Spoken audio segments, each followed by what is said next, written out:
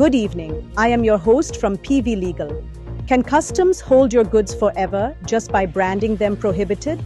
The Bombay High Court just answered that question, and every importer sitting on a seized consignment needs to hear it. On the 23rd of July this year, a division bench of Justice Bharati Dangre and Justice Manjusha Deshpande decided a batch of petitions titled Commissioner of Customs versus Vikas Retail Private Limited. 6 tire importers on one side, the Customs Department and its enforcement wing, the DRI, on the other.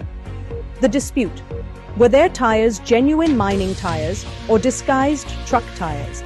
Since 2019, these importers had imported tires from China and Thailand, declared as mining tires, capped at 65 kilometers per hour.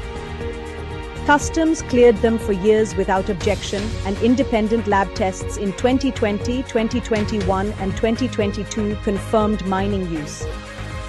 Then, in 2024, DRI seized similar consignments at Nhava Sheva and Mundra ports, suspecting smuggling of restricted truck and bus tires disguised with a fake mining marking.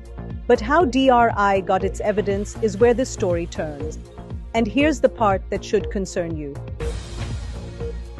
When DRI tested these tires in 2024, it told the lab to ignore the speed marking and test them as if they ran much faster, a result manufactured by the question asked, not a discovery about the tires.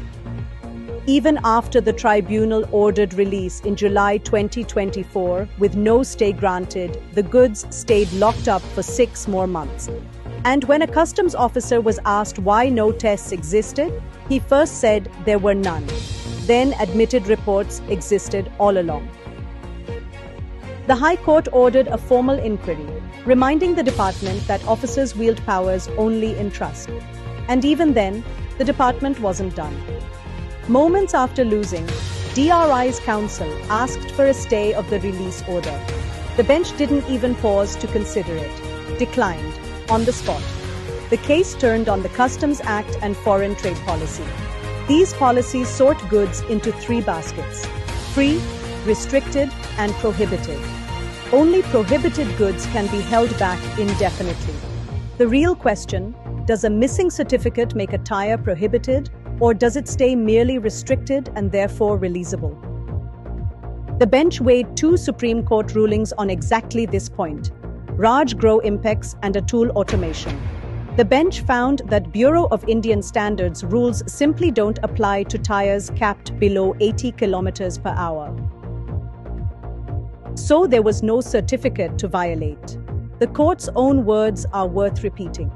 Goods that need a license or certificate but haven't got one yet can never be classified as prohibited goods.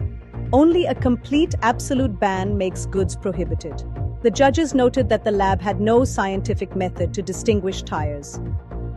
If the experts themselves couldn't say, customs certainly couldn't assume the worst.